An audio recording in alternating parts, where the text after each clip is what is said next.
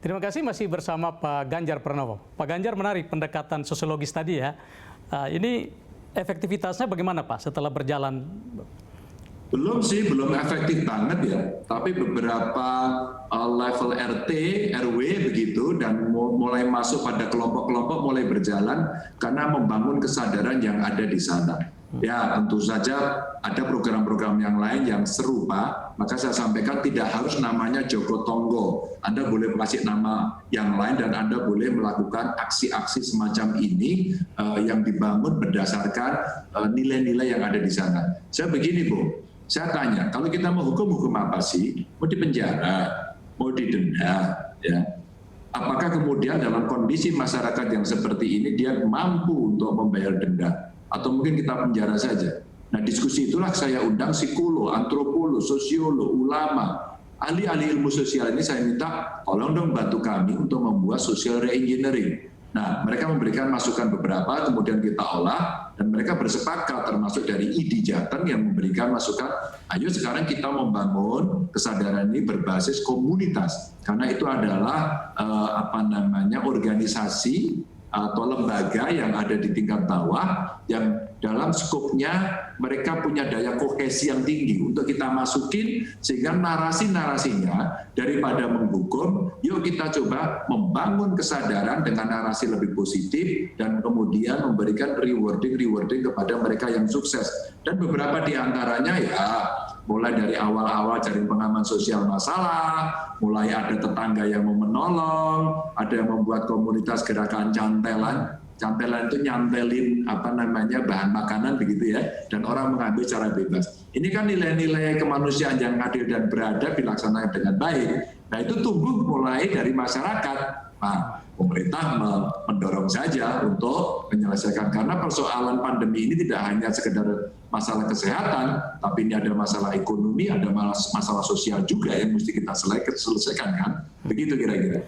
Menarik Pak Ganjar, tadi Bapak sampaikan bahwa dari bawah menyampaikan jangan kami hanya diminta patuh tapi kami tidak diberi solusi. Ini dalam konteks kalau kegiatan ekonomi dilarang, mereka kan dia punya sumber penghasilan. Nah, bagaimana caranya supaya bantuan sosial yang diberikan oleh pemerintah ini termasuk Jawa Tengah ini bisa sampai dan bermanfaat bagi mereka, Pak? Ada dua cara. Yang pertama menggunakan data yang ada.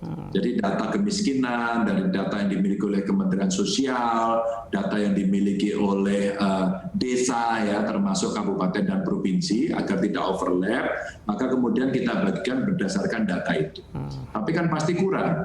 Ada juga yang terdampak, ada juga yang pengen dapat meskipun dia mampu. Ada juga yang mampu tapi salah sasaran. Sehingga kemarin di Banyumas dan di beberapa tempat mereka mengembalikan. Ini kan nilai-nilai yang bagus. Yang bagus mesti kita angkat dong, kita ceritain. Nah, bagaimana agar tidak keliru? Dinas sosial saya ada 2 anak muda yang mencoba melakukan perbaikan sistem, mengontrol sistem sehingga ada semacam clearing house. Itu dilakukan dengan sederhana, membuat program sederhana, maka kalau kalian sudah mendapatkan bantuan ini, maka tidak boleh.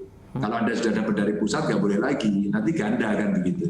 Nah, ada sisanya, Bung Claudius, sisanya ini kan nggak dapat. Atau mereka lupa terdata, atau mungkin mereka memang, mohon maaf, masuk kategori miskin baru. Atau baru saja di PHK dan seterusnya.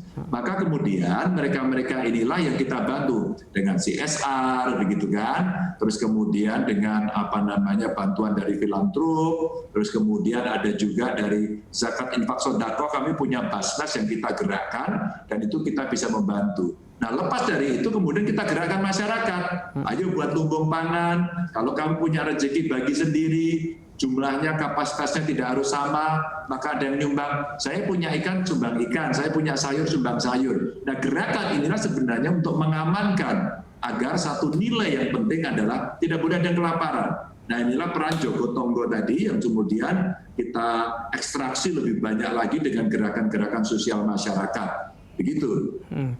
Kalau kita bicara konteks bansos kan bisa dilaksanakan dengan baik kalau pengaturannya bagus ya. Tapi kalau kita bicara konteks pengusaha yang skala yang tadi event ya Pak ya, ini kan kalau dibatasi mereka kan tidak punya penghasilan. Nah, apakah ada mekanisme katakanlah penggunaan dana APBD sehingga mereka bisa dibantu Pak untuk itu?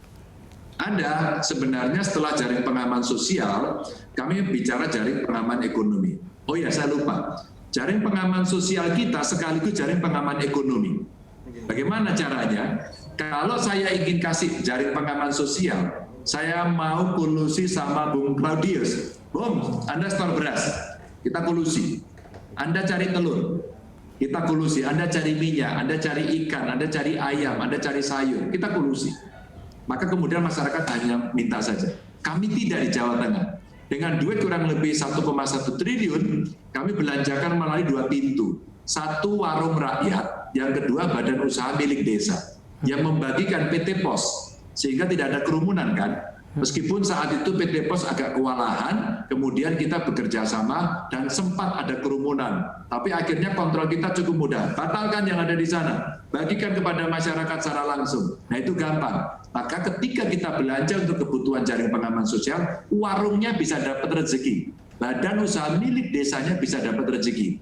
Badan usaha milik desa membeli berasnya langsung kepada petani. Petani dapat rezeki. Maka itu menggerakkan ekonomi. Yang kedua, jaring pengaman ekonomi itu sendiri. Begitu banyak yang kena PHK, maka kemudian saya punya duit waktu itu sekitar 10 miliar, coba buatin masker dong gitu. Lalu dapat 2,6 juta dari target 3 juta. Akhirnya kita kasih uang, mereka kena PHK, dirumahkan, mereka kelompok difabel, mereka jahit semuanya. Terus kemudian jadi kita kumpulkan, kita bagikan kepada masyarakat. Terus kemudian ada pembuat makanan, ya makanan minuman begitu, kita bantu dengan bahan-bahan. Ada yang gula, ada yang terigu, ada yang minyak, macam-macam yang mereka butuhkan. Terus kemudian kita kasihkan kepada mereka, sehingga ini bisa menjadi stimulan mereka bergerak. Ada juga tidak melalui APBD, tapi saya gerakkan melalui masyarakat. Sehingga saya pernah membuat namanya panggung kahanan. Panggung kahanan ini adalah panggung keadaan, di mana saya buat panggung di rumah dinas saya, ada lapangan basket gitu. Terus senimannya tampil di sana.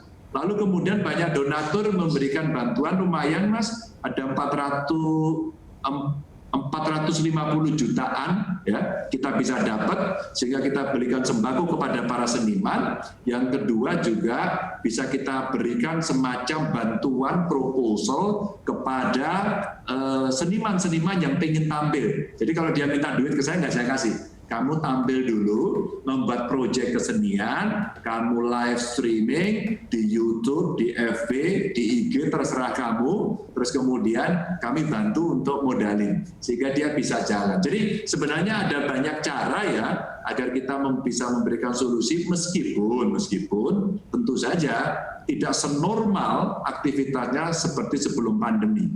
Begitu kira-kira. Ya. Pak Ganjar, kita lanjut di segmen berikut. Pemirsa, tetaplah di Special Interview.